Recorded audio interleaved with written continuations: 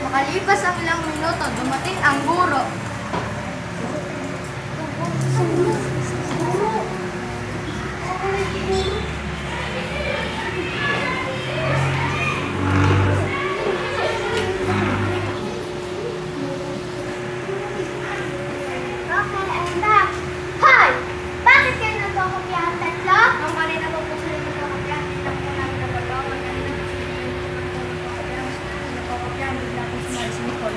Nicole, Leon, look!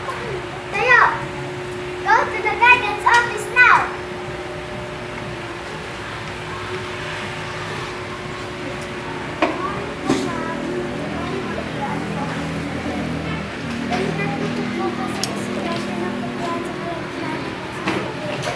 Totoo ba yun? Nagkopyahan kayo? Opo. Alam niyo bang nabagay sa patakalan ng halaman? Dahil dyan, papatawagin mo na sila. Ang yak.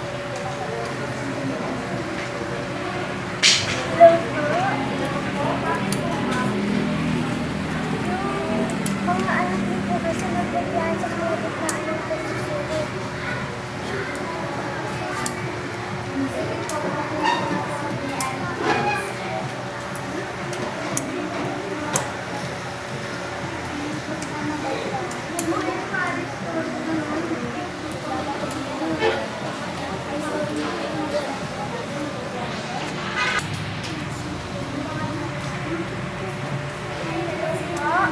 Bakit po, ma'am?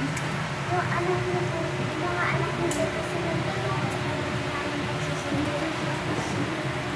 Sige po, papunta na po kami ni Aling Glance.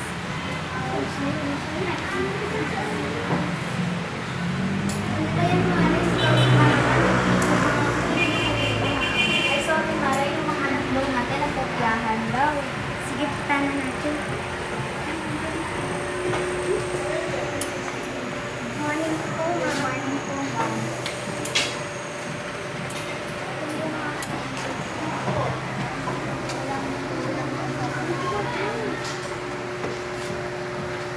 Totoo ba yung Nicole na nagpangalan ng kopya? Bakit mo ginawa niyo? Bakit mo ginawa yun? Dapat nag-review ka sa bahay. Mag-sorry ka sa principal. Mga anak, totoo ba yun? Oo. Bakit mo ginawa yun? Hindi po namin alam. Sorry po. Dapat ginawa niyo best kung hindi kayo nakakya. Halika't mag-sorry tayo sa teacher niyo. Pasensya na po, ma'am. Ay. Okay. Dapat.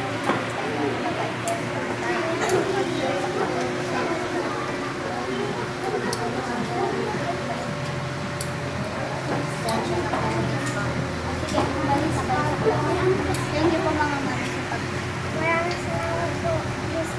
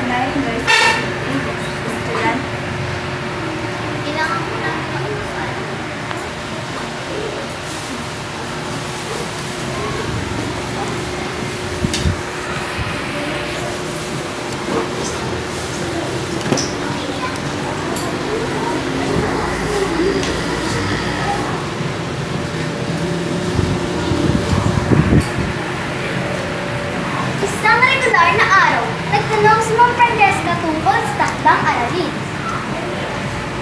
Okay, class, good morning. Good morning, Ma'am Francesca!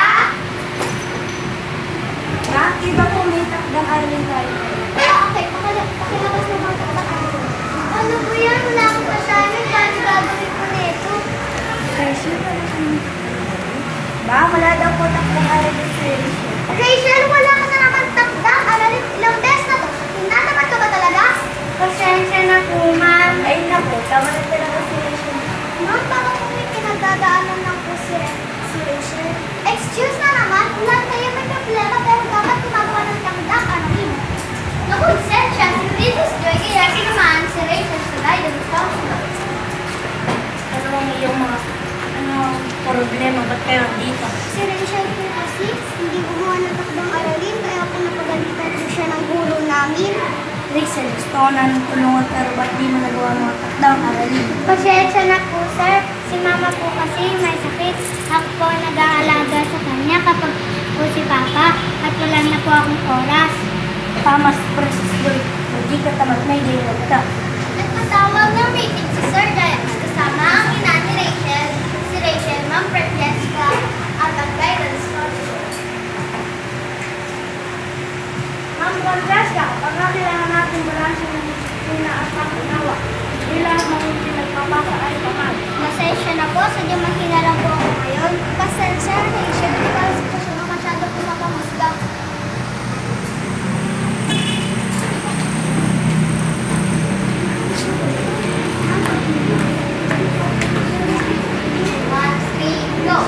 Hindi lahat ng tahimik ay tamad. Minsan kailangan ng pang-unawa. Maging guro na may puso, hindi lang kamay.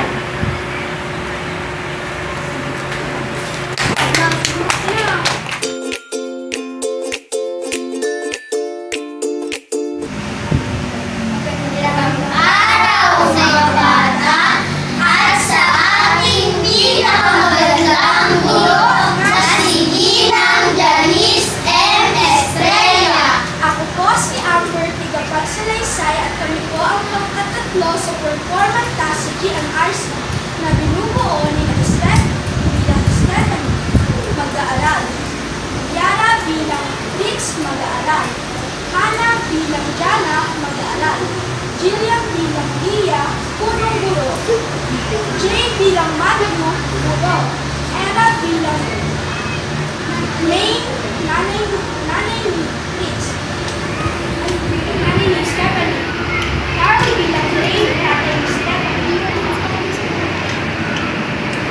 At ngayon, umpisahan na po natin ang aming maikling kwento na may paksang magkaibigang lumiban sa klase para maglaro ng Grow a Garden.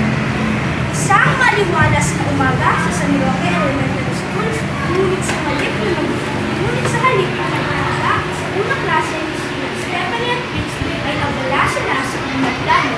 Hindi sila papasok mamayang hapon. Magandang panahon ngayon, Fritz. Pwede tayong lumiban sa klase mamayang hapon. Maglaro na lang tayo sa computeran doon sa may kanto. Maglaro na lang tayo ng Grow a Garden. Oo, sige, Stephanie. Okay, yan. Boring naman sa klase ni Sir Matthew. Maglaro na lang tayo ng Grow a Garden. Habang abala sa plano ang magkaibigang sina Stephanie at Rix sa kanilang pagliban sa klase, ay narinig naman sila ng isa nilang kaklase na si Jana sa kanilang binabala. Uy, bawal yan. Dapat pumasok kayo mamayang hapon. Bakit ba? Nahaponan.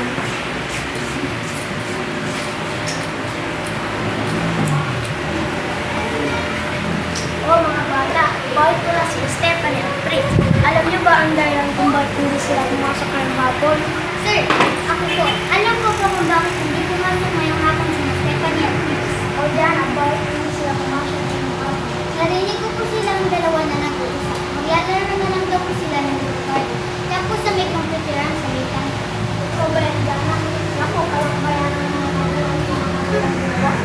Agad na nagpunta si Sir Matthew sa guro at ipinaalam ang ginawa ni na Stephanie at Rix.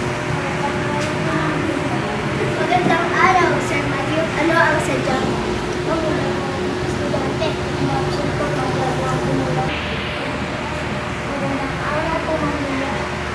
Magandang araw, Sir Matthew. Ano ang sadya mo? Ma'am, may dalawa akong estudyante. Ang absent ko para lang po maglaro ng pagkagabi.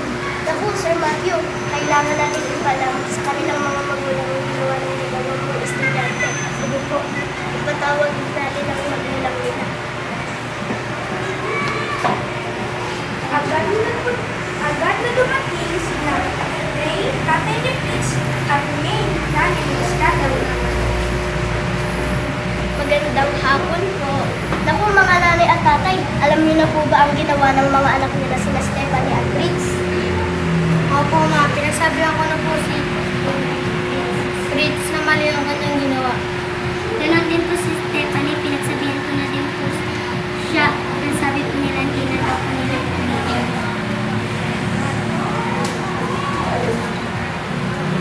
Nakita ni Jana ang paglabas na Stephanie at Fritz sa silid ng punong bro. Nilapitan niya ang magkaibigan. Sorry, nag-aaral lang naman ako sa inyong dalawa. Kaya sinabi ko po Sir Matthew ang inyong ginawa.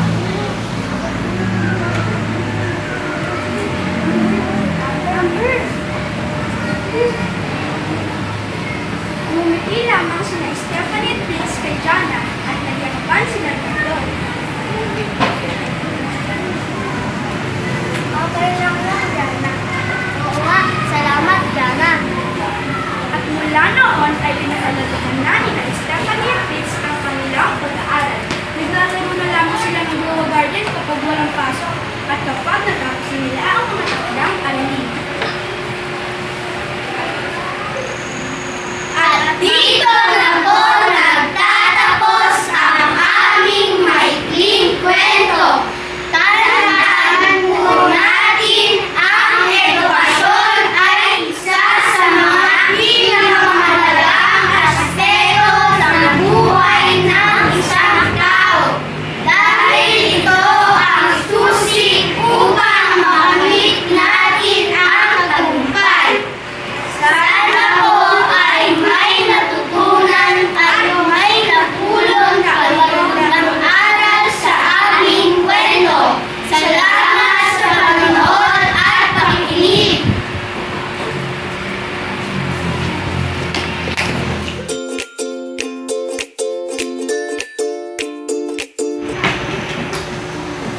Magandang araw sa inyong lahat. Kami nga po pala ang Group 4. Ako nga po pala si Sophia. Ako nga po pala si Ariel. Ako nga po pala si Daniela. Ako nga po pala si Claire. Ako nga po pala si Kyren.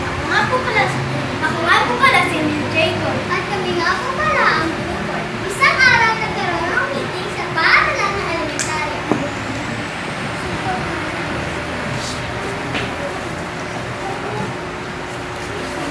Magandang hapon sa lahat. Ngayong araw tatalakayin natin ang naging resulta ng project. Hindi ako makapaniwala. Bakit pantay ang grado ng anak ko kay Ana? Siya lang ang halos gumawa. Ano nga mo? Ang anak ko si Ana ay hindi tama. Huwag mong sirain ang reputasyon ng bata. Ma'am, pwede po ba ako magsalita? Nakakalungkot po. Ma'am, pwede po ba ako magsalita? Nakakalungkot po, marinig ang sigawan. Bilang estudyante, sana po maging inspirasyon kayo sa amin, hindi takot. Hindi ko po kinaya. Pero tama po si Michael. Dahil natin ito ay hindi nagsisigawan. Lahat po pinag-echo sa graduate sa hindi makalita pero may antog po ang bawat isa. Tama po si Tessa. Bawat isa po sa amin ay meron na kanya ang bawat sukalit. Kaya tama na po ang awal. Mga magulang panatala para pakinggan ang tinig ng kabataan mas malaya at mayabang kaysa sa galit. Maraming salamat mga anak. Dapat nga tayong matuto sa inyo. Tayong matatanda ang unang dapat nagpapakita ng respeto. Pasensya na po, nagkaya lang naman